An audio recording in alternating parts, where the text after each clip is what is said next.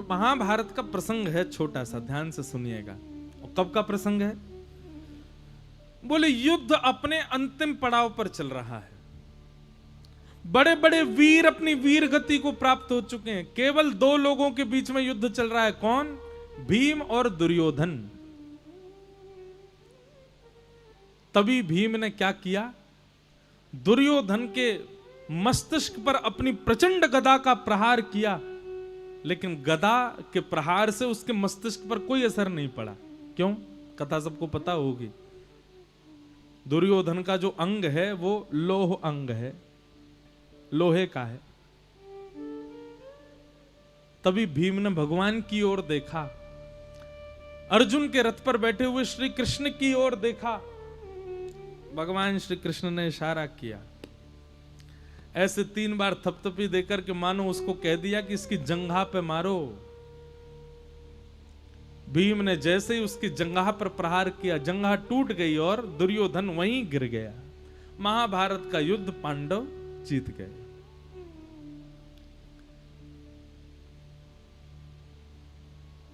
गांधारी जो थी कौरवों की माता जी, उनका विवाह जब धृतराष्ट्र से हुआ तो उन्होंने संकल्प ले लिया, मेरे पति नहीं देख सकते, नेत्रहीन हैं, मैं भी आंखों पे पट्टी बांध लूंगी, मैं भी पूरी दुनिया नहीं देखूंगी।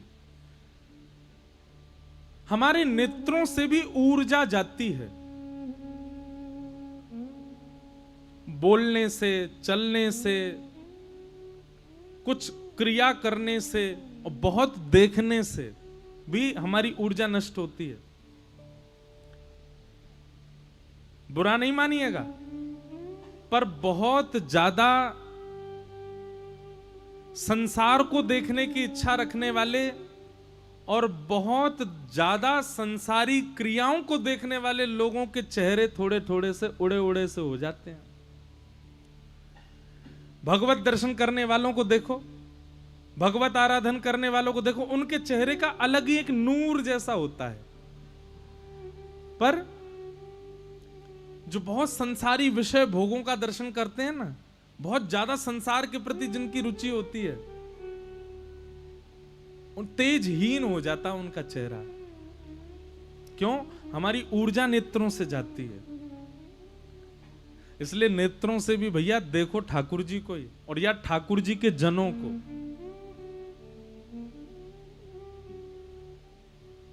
तो गांधारी ने नेत्रों पर पट्टी बांध ली। अब उसके नेत्रों की जो ओज थी, उसकी नेत्रों की जो ऊर्जा थी, वो इतनी इकट्ठी हो चुकी थी, और उसके पास में एक दिव्य तेज भी था पतिव्रता नारी का। पतिव्रता नारी है, अपने पति के लिए नेत्रों पर पट्टी बांध ली। इन सबके प्रभाव से गांधारी के नेत्रों में एक ऐसा बल आ गया था कि अब वो जिसको देख लेगी वो लोहे का हो जाएगा। ये बात जब गांधारी को पता चली, उसने अपने पुत्र दुर्योधन से कहा कि तुम निर्वस्त्र होकर मेरे सामने आ जाओ, मैं पट्टी खोल के तुमको देखूंगी। अब तक जितना भी बल मेरे नेत्रों में तेज पुंज जमा हुआ है, उस सब से तुमको मैं लोहे का बना दूंगी। महाभारत युद्ध में कोई तुमको परास्त नहीं कर पाएगा, और तुम परास्त नहीं होगे तो विजय कौरवों की होगी। दुर्योधन अर्धरात्रि का समय और निर्वस्त्र होकर के जा रहा था अपनी मां से मिलने। तभी द्वारिकाधीश आ गए। हमारे ठाकुर जी बड़े आनंद वाले हैं। जैसे ही सामने से ठाकुर जी आए, अब निर्वस्त्र अवस्था में वो तो जा रहा था, और ठाकुर जी को देख करके छिपने लगा इधर उधर। भगवान बोले, अर्धरात्रि में निर्वस्त्र होके कहां जा रहे हो? उसने कहा, ठाकुर जी क्षमा करना, मां ने बुलाया। तो बोले, अरे तो मां के सामने? बोले, मां के सामने तो जा सकते हैं। बोले, तो भाई मां के सामने भी एक आयु होती है, उस आयु तक ठीक है, बाल अवस्था है तब तक तो रहो कैसे भी, पर भाई थोड़ी तो मर्यादा रखो। मां भी देवी का स्वरूप होती है, उसके सामने भी इस प्रकार तो नहीं जाना चाहिए। बोले, मां ने आज्ञा करी। तो बोले, ठीक है, तो मां के सामने जाओ, पर अपने कटी भाग को ढक करके जाओ। केले के पत्ते से ढक लिया। भगवान बोले, अब जाओ।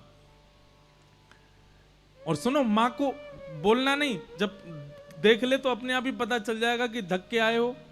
और माँ की तो ममता है, माँ तो चाहती है कि मेरा बालक तो हमेशा छोटा ही है, पर तुम अपनी मर्यादा का पालन करना। दुर्योधन बोला ठीक है।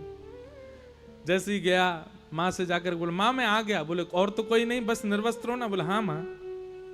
नेत्र खोल करके जैसे ही देखा, प्रथम दृष्टि में ही एक दिव्य तेज निकला और दुर्योधन का सर्वांगीण अंग लोह का हो गया, केवल जंघा रह गई।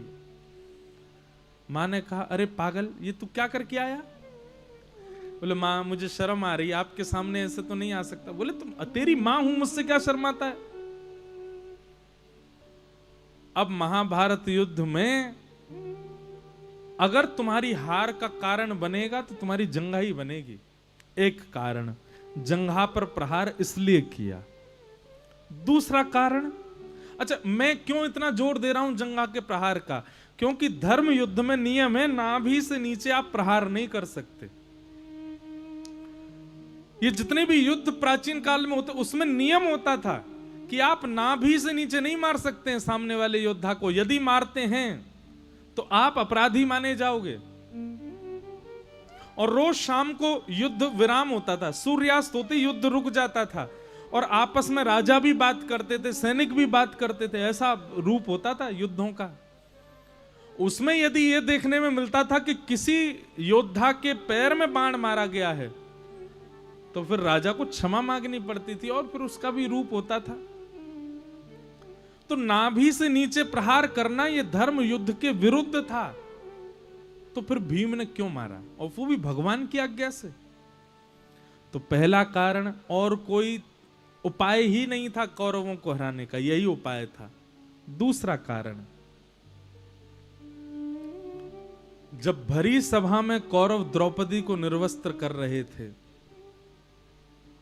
दुशासन साड़ी खींच रहा था, उस समय चिल्ला चिल्ला करके दुर्योधन कह रहा था हंसते हंसते, जल्दी निर्वस्त्र करो और निर्वस्त्र करके मेरी जंघा पर बैठाओ इसको।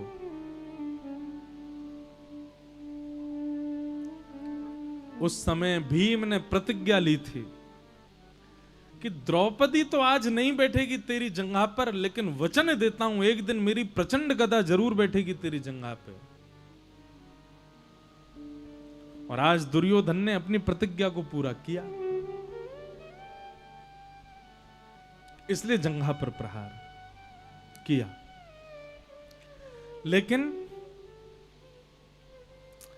तभी देवता दौड़े दौड़े नारद जी के पास गए और नारद जी से जाके बोले ओहो देखो, आपने देखा महाभारत युद्ध में क्या हुआ? नारद जी बोले क्या हुआ? बोले भगवान श्री कृष्ण ने धर्म के विरुद्ध आचरण करवाया भीम से, दुर्योधन की जंघा पर प्रहार करवा दिया जो कि धर्म विरुद्ध था। नारद जी महाराज बोले अब बीच युद्ध में तो मैं नहीं जा सकता, पर मैं कोई और उपाय ढूंढता हूं। नारद जी दौड़े दौड़े कहां गए? पूरे युद्ध में सब लोग थे एक व्यक्ति को छोड़ के। महाभारत युद्ध में एक व्यक्ति नहीं था। कौन? बलराम जी। बलराम जी नहीं थे। क्यों? क्योंकि दुर्योधन बलराम जी का शिष्य है। तो कौरव पक्ष में शिष्य और पांडव पक्ष में भैया। तो बलराम जी असमंजस में पड़ गए, मैं कहां जाऊं? शिष्य का साथ दूं या भैया का साथ दूं? शिष्य के विपरीत में भी नहीं खड़ा हो सकता, गुरु हूं, और भैया के विपरीत में भी नहीं। तो बलराम जी तीर्थ यात्रा पे चले गए, बोले मैं रहूंगा ही नहीं महाभारत युद्ध में। लेकिन आज नारद जी ने जाकर के बलराम जी को बद्रीनाथ में जाकर के खबर दी। बोले बलराम जी आप तीर्थ यात्रा पर हैं, क्षमा करना। बलराम जी बोले वो सब ठीक है, ये बताओ महाभारत युद्ध में क्या चल रहा है? तो बोले वही तो बताने आया हूं, आपको सुनकर के आश्चर्य होगा, आपका शिष्य परास्त हो गया दुर्योधन। बलराम जी बोले ओहो ये तो बहुत बुरा हुआ, पर कैसे? बोले ये सुनकर के आपको क्रोध आ जाएगा कि भीम ने उसकी जंघा पर प्रहार किया। बलराम जी बोले जंघा पर प्रहार कैसे हो सकता है, वो तो धर्म युद्ध है। बोले आप ये सुन के और ज्यादा क्रोधित हो जाएंगे कि कृष्ण की आज्ञा से किया। बलराम जी बोले ये लाला के तो सबरे ऐसे ही काम है, अपने भक्तन को बड़ो पक्षधर बन जाए, जहां जावे अपनी मनमानी करे, पर मैं ये सहन नहीं करूंगा। नारद जी मेरे को पता चल जाए कहीं धर्म विरुद्ध कार्य हो रहा है मैं तुरंत जाकर के उस युद्ध को समाप्त करूंगा। अभी देखता हूं जाकर के भीम को, इसने कैसे कर दिया ये काम। और लाला से तो बाद में बात करूंगा, पहले भीम को जाके देखूं। तुरंत महाराज बलराम जी को क्रोध आ गया, माला झोली पकड़ा दी नारद जी को, तुरंत अपने हल मूसल लेकर के दौड़े कुरुक्षेत्र के मैदान में। देवताओं का काम है नमक मिर्च डालना, ताकि लीला में कुछ ऐसा देखने को मिले कि भगवान कुछ अलग करें। जैसे पिक्चर यदि हंसी हंसी हंसी सीधी सीधी मुस्कुराने वाली कोई बना दे तो पिक्चर ज्यादा चलेगी नहीं। तो क्या करो, बोल पिक्चर में नमक मिर्च डालो, उसमें कुछ लड़ाई झगड़ा मार काट हो, कुछ ऐसा हो, तब लोगों को देखने में इंटरेस्ट आता है। तो ऐसे ही देवता सब भगवान की लीला देख रहे हैं। देवता बोले ये तो ऐसे ही जीत गए महाभारत युद्ध, कुछ हुआ तो है नहीं ऐसा जिसमें थोड़ा लगे कि हाँ तड़क भड़क हुई हो। सोई नारद जी को भेजा, जाके कुछ करो। नारद जी ने कर दिया। महाराज यहां पांडव सब अपनी विजय का उत्सव मना रहे थे, तभी पृथ्वी डामाडोल होने लगी, भूकंप आने लगा, आकाश के सूर्य कंपित होने लगे, गरगर करके बादलों ने गरजना प्रारंभ किया। पांडव सब भगवान की शरण में गए, बोले भगवान प्रलय आने वाला है। और प्रलय दो ही स्थिति में आ सकता है, या तो नारायण कोपित हो जाएं, या नारायण जिस शेषनाग पर लेटे हैं वो शेषनाग कोपित हो जाए। क्योंकि शेषनाग के फण के ऊपर तिल के रूप में विद्यमान है पृथ्वी, और शेषनाग ही बलराम जी हैं। भगवान बोले पांडवों ऐसा क्यों लग रहा है कि बलराम जी आ रहे हैं और क्रोध में भर के आ रहे हैं। तभी देखा कि प्रचंड क्रोध में भरे बिल्कुल सूर्य के भांति तेज प्रकट हो रहा था। बलराम जी हल मूसल लेकर के दौड़े चले आ रहे हैं कुरुक्षेत्र मैदान की ओर। बलराम जी को देख करके भीम घबरा गया, बोले ये मुझे ही मारने आ रहे हैं, मैंने इनका शिष्य गिर दिया है नीचे, ये मुझको ही मारने आ रहे हैं, ठाकुर जी मेरी रक्षा करो। भगवान बोले तू बैठ। सामने से बलराम जी दौड़ने लगे, यहां से ठाकुर जी दौड़े बलराम जी की ओर। देवता बोले हमने तो सोचा था नमक मिर्च डलेगा, पर ये तो भैया प्रलय होने वाला है। क्यों? शेषनाग और नारायण दोनों में युद्ध, कृष्ण और बलराम में युद्ध होने वाला है। तीव्र गति से बलराम जी आ रहे हैं और यहां से तीव्र गति से ठाकुर जी आ रहे हैं। जैसे ही दोनों बिल्कुल टकराने ही वाले थे, उसी क्षण में ठाकुर जी रुक गए और रुक करके बलराम जी के सामने दंडवत हो गए, दंडवत प्रणाम करने लगे, दंडवत गिर गए। भैया स्थिति कैसे संभालनी चाहिए श्री कृष्ण से सीखो। अब बलराम जी ने जैसे ही देखा कि सामने मिट्टी में मेरो श्याम सुंदर, मेरो नेक्सस और लाला दंडवत प्रणाम कर रहा है, बलराम जी तो गुस्सा मुस्सा भूल गए, भीम भीम सबको भूल गए, हल मूसल दूर फेंक दिए, दौड़ के गए बलराम ठाकुर जी को उठा करके हृदय से लगा, अरे मेरो लाला इतने दिन है गए, तू तो मुझे मिलो ही ना, तेरे दर्शन के काजे मेरे नेत्र तरस रहे लाला, तू कैसो है। अच्छा ठाकुर जी का स्वभाव है अपने जनों से मिलते हैं स्वयं प्रभुता छोड़ देते हैं, बिल्कुल ये भूल ही जाते हैं कि वो भगवान है, नेक्स्ट से ठाकुर जी बन जाते हैं। बलराम जी के हृदय से लगे, बोले मोकू भी आपकी बहुत याद आ रही दाऊ दादा। बलराम जी का क्रोध ठंडा कर दिया। ठाकुर जी संकेत कर रहे हैं हम लोगों को, बोले भैया बड़े बुजुर्ग और ये बड़े लोग जो होते हैं ना, इनको जब भी क्रोध आए तो क्या करना है, पाम पकड़ लो, चरणन में लौट जाओ महाराज, क्योंकि बड़े लोगों के सबसे कोमल अंग होता है चरण, बड़े लोगों का सबसे कोमल अंग होता है चरण। अगर बालक की गलती है और मां नाराज हो जाए कि आज तो मैं इसको देख लूंगी, और बालक सामने आए, मां सोचे आज तेरे को बताती हूं मैं, और तुरंत बालक जाए और जाकर के पैर छूना नहीं, तब तो पड़ ही जाएगा, हाथ से नहीं छूना है तो दंडवत हो जाओ, लेट जाओ, माँ के चरण पकड़ के लेट, माँ मुझे क्षमा कर दो, मुझसे गलती हो गई, अपराध हो गया, दंड क्षमा करो। लेटे हुए बालक को जब माँ देखती है तो उसका अपने आप क्रोध शांत हो जाएगा। और भले ही चलो कितने भी गुस्सा में हो, 100% यदि क्रोध में थी तो आपके चरणों में गिरते ही क्रोध 60% तो चला ही जाएगा, 40 रह जाएगा बस। मारेगी नहीं, हाँ सुना जरूर देगी, डांट देगी, पिटने से तो बच ही जाओगे।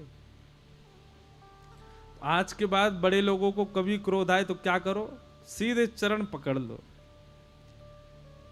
और अगर वो तब भी क्रोध ना छोड़ें तो लिपट जाओ पैरों से। आज के बाद कभी अपराध नहीं करूंगा, क्षमा कर दो, आपके श्री चरणों का दास बना रहूंगा, क्षमा कर दो। क्षमा कर ही देंगे।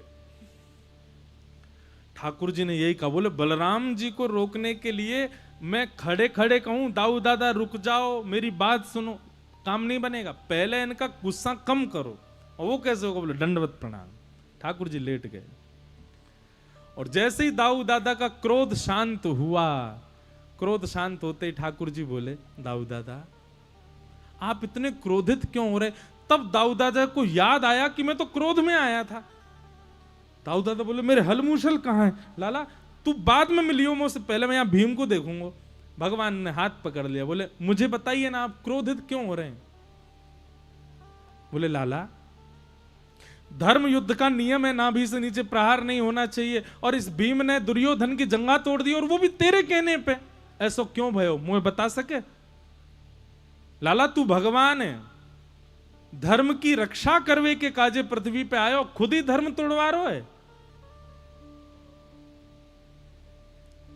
जब बलराम जी ने अपना मुख्य उद्देश्य बताया तो ठाकुर जी बोलते हैं, अब दाऊ दादा मेरी बात सुनना 2 मिनट, मैं बोलूं। हाँ लाला बोल। ठाकुर जी कहते हैं, दाऊ दादा आप ये बात मानते हैं कि जंघा पर प्रहार करना ये धर्म विरुद्ध है? बहुत ध्यानपूर्वक सुनिएगा सब लोग, भगवान का उत्तर सुनो। आप इस बात को मानते हैं कि जंघा पर प्रहार करना ये धर्म विरुद्ध है? दाऊ दादा बोले, हाँ मैं मानता हूं। अच्छा, तो क्या आप इस बात को नहीं मानते कि एक अबला नारी को भरी सभा में निर्वस्त्र करना ये भी अधर्म है? उस समय तो आप गदा लेकर के नहीं आए थे अपनी, जब हमारी बहन को निर्वस्त्र किया जा रहा था भरी सभा में।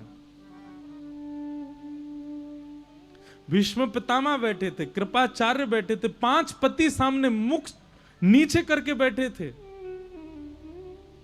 उस समय दुर्योधन चिल्ला चिल्ला करके कह रहा था, अरे दुशासन निर्वस्त्र कर दे, निर्वस्त्र करके। अरे दुर्योधन की कौन लगती है द्रौपदी? भाभी है उसकी, अपनी भाभी जो मां समान है उनको निर्वस्त्र कर रहा था दुर्योधन। उस समय आप नहीं आए गदा लेकर के? उस समय मैंने सभा में आपको नहीं देखा कि आप गदा लेके आए हो और दुर्योधन के ऊपर प्रहार करने लग गए हो।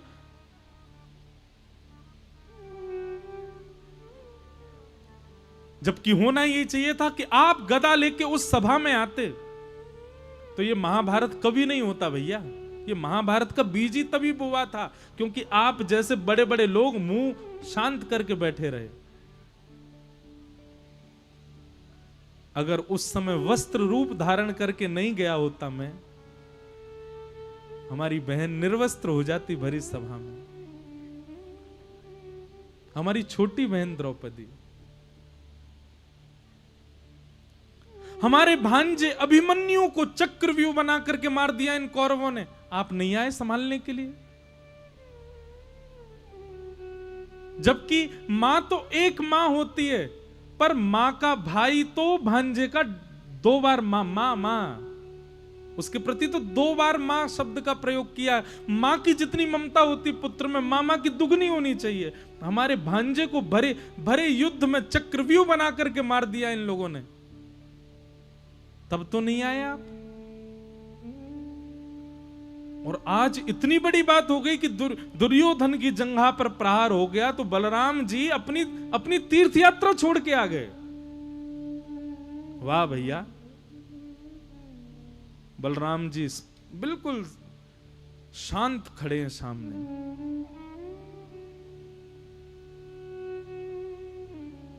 भैया मेरी एक बात सुनिएगा, दुर्योधन जैसे अधर्मी को मारने के लिए, दुशासन जैसे अधर्मियों को मारने के लिए यदि सामने वाले पक्ष को अधर्म का पालन करना पड़े तो वह भी धर्म है, वह भी धर्म है। ऐसे ऐसे अबला नारियों पर हाथ उठाने वाले, इस प्रकार से छल कपट करके जीवन जीने वाले लोगों के लिए धर्म की बात नहीं देखी जाती कि हम धर्म देखेंगे। अरे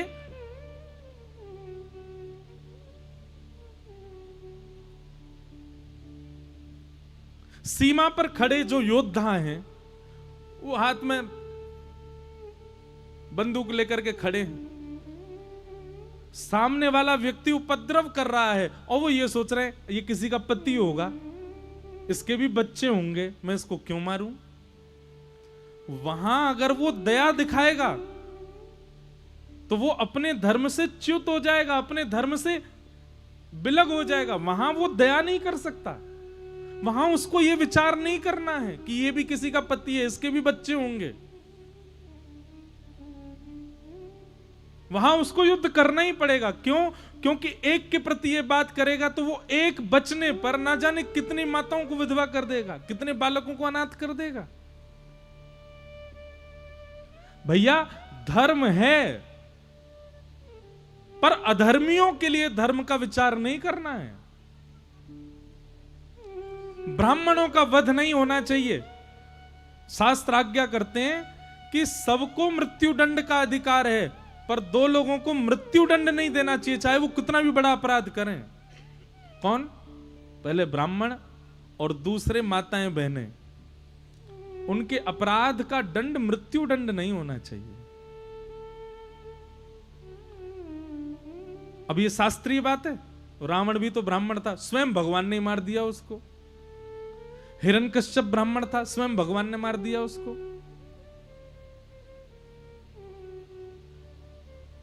जब व्यक्ति अधार्मिक हो जाता है, अधर्मी हो जाता है, जब व्यक्ति आतताई हो जाता है, जब व्यक्ति क्रूर हो जाता है, जब व्यक्ति बालक और माताओं का रक्षक ना होके भक्षक बन जाता, वहां हम ये विचार करेंगे कि ये ब्राह्मण है, वहां हम ये विचार करेंगे कि धर्म क्या कहता है या नहीं कहता। वहां तो अधर्म से उसका वध ही श्रेष्ठ है, उचित है। दाऊ दादा हाथ जोड़ने लगे, बोले लाला मैं तेरी बात समझ गया। और महाभारत के उस कलह को जो वहां होने वाला था उसको ठाकुर जी ने संभाला।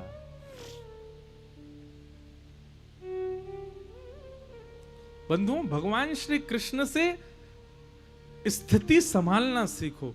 आप पढ़े लिखे नहीं हो, आप ज्यादा ज्ञानी नहीं हो, चलेगा, पर आप यदि सिचुएशन संभालना चाहते हो, आप स्थिति संभालना चाहते हो, एक सभा को संभालना चाहते हो, संभालना जानते हो, आप विवेकी पुरुष हो। और भगवान श्री कृष्ण से यही सीखिए कि सिचुएशन को कैसे संभाला जाता है, स्थिति को कैसे संभाला जाता है। कितनी बार दिखाऊं मैं आपको पूरी भागवत में कि कितनी बार सिचुएशंस को संभाला है ठाकुर जी ने। चाहे वो बाल अवस्था हो, चाहे वो विवाह की अवस्था हो, चाहे वो राजा की अवस्था हो, चाहे वो युद्ध की अवस्था हो, हर अवस्था में ठाकुर जी ऐसे संभालते हैं सबको।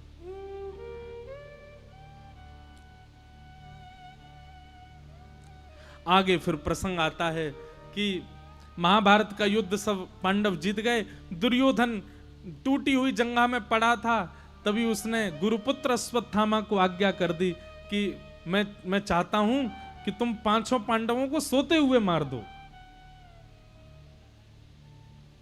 अश्वत्थामा सोते हुए पांडवों को मारने के लिए गया।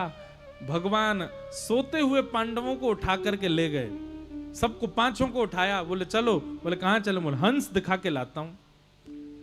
युधिष्ठिर बोले भगवान इतने दिन से थके हारे सोने दो। बोले कि देखो, युद्ध जीतने के बाद राजा को हंस दर्शन करना चाहिए, शुभ होता है। पांचों पांडव उठ के बैठ गए, भगवान के साथ चले गए, पर द्रौपदी के 5 पुत्र सोते हुए रह गए। अंधेरे के कारण अश्वत्थामा को अंदाजा नहीं लगा, जल्दीबाजी में उसने सोते हुए 5 पुत्रों को मार दिया और उनके सर एक थैला में भर के ले गया कि जाके दिखाऊंगा कि देखो मैंने 5 को मार दिया। जैसे दुर्योधन के सामने जाकर के 5 के सर रखे, अंधेरा बहुत था, प्रकाश करके जब देखा बोले अरे मूर्ख, ये 5 पांडव नहीं है, ये द्रौपदी के 5 निर्दोष बालक हैं। अश्वत्थामा तो अब घबरा गया, ये तो मैंने अपराध कर दिया। प्रातः काल का समय हुआ, द्रौपदी रुदन करने लगी अपने बालकों के हत्यारे को अपने बालकों के शव को देख करके। पांडव सब रुदन करने लगे, पर क्रोध में भर गए अर्जुन। अर्जुन क्रोध में भर के कहने लगे, द्रौपदी तुम एक आंसू भी मत बहाना, मैं तुमको वचन देता हूं, जिसने भी 5 बालक मारे हैं वो जीवित नहीं बचेगा, उसके रक्त से तुम्हारे केशों को रंगित कर दूंगा, मैं पकड़ के लाऊंगा उसको, उसका वध मैं अपने हाथों से करूंगा। अश्वत्थामा को पकड़ करके लाए, द्रौपदी के सामने प्रस्तुत किया। द्रौपदी ने कहा, इसको मत मारो, ये हमारे गुरु का बेटा है, गुरु समान है, ये ब्राह्मण है, हम क्षत्रिय हैं, ये हमारा पूजनीय है, इसको मारने से मेरे बालक जीवित नहीं होंगे, इसको मत मारो। और अंतिम बात, इसकी मां विधवा है, अपनी मां का अकेला यही सहारा बचा, इसको भी मार दोगे तो इसकी मां तो बिल्कुल अकेली पड़ जाएगी, इसलिए इसको मत मारो। मेरे 5 पुत्र मर गए पर 5 पति तो जीवित हैं, इसको मत मारो। द्रौपदी की बात सुनकर के पूरी सभा स्तब्ध हो गई। एक मां अपने बालकों के हत्यारे को कैसे छोड़ सकती है? पर भगवान श्री कृष्ण नेत्र सजल हो गए, द्रौपदी को अपने हृदय से लगा करके भगवान ने अपना नाम द्रौपदी को दे दिया। द्रौपदी, मैं कृष्ण हूं, मेरी बहन, तेरा नाम आज से कृष्णा। मैं दया का देवता हूं, तू दया की देवी है। अपने बालकों के हत्यारे को तू मुक्त कर रही है। बंधु, एक बात हमारी बहुत ध्यान से सुनना, दंड देना बड़ी बात नहीं है, पर अपराधी को क्षमा कर देना ये दंड देने से भी बड़ा दंड है। दुनिया में सबसे बड़ा दंड क्या है? किसी को क्षमा कर देना सबसे बड़ा दंड है ये। बहुत ध्यानपूर्वक सुनिएगा, थोड़ी देर और सुनो फिर हम विश्राम करेंगे। आप किसी व्यक्ति को जब उसके अपराध का दंड देते हैं तो आप उसको बोध करवाते हैं कि उसने गलत क्या किया, उसने गलत क्या किया। पर याद रहे, जब आप किसी के बहुत बड़े अपराध के प्रति उसको क्षमा कर देते हैं, जाओ मैंने तुमको क्षमा किया, आप उस व्यक्ति को उसके किए गए अपराध का बोध हर क्षण कराने के लिए छोड़ देते हैं। ऐसी शास्त्राज्ञा है। देखो, कुछ अपराध ऐसे होते हैं, कुछ पाप जन्य अपराध होते हैं, उसमें क्षमा नहीं किया जाता। वो सब कौन होते हैं? वो सब आप सब जानते हो कौन कौन से ऐसे अपराध होते हैं। पर कई ऐसे दंड होते हैं, कई ऐसे अपराध होते हैं, उसके प्रति अगर आपने उसको क्षमा कर दिया तो ये आपने उसको छोड़ा नहीं है, बल्कि आपने उसको और घाटे में डाल दिया। क्योंकि आप दंड देते तो आप जितनी आपकी क्षमता उतना दंड देते, पर अगर आपने उसको क्षमा कर दिया उसका मतलब आपने इतना बड़ा दंड दे दिया है कि आप सोच भी नहीं सकते। क्यों? क्योंकि फिर आपका बदला प्रकृति लेगी उससे। मान लीजिए किसी ने आपके साथ बुरा किया और आपने उसको क्षमा कर दिया, तो प्रकृति को, मतलब पृथ्वी, अग्नि, जल, वायु, आकाश, ये पूरा ब्रह्मांड, इनको ये संकेत पहुंच जाता है कि इस व्यक्ति ने अपने साथ किए हुए अपराध का दंड नहीं दिया है। फिर प्रकृति लगती है उसके पीछे और प्रकृति ऐसा दंड देती है, प्रकृति ऐसा दंड देती है कि वो व्यक्ति जीवन भर रोता है कि मैंने क्या कर दिया। इसलिए दंड देना एक सामान्य बात है, पर क्षमा कर देना ये तो बहुत बड़ी बात है। या आपने उसको बहुत बड़ा दंड दे दिया है।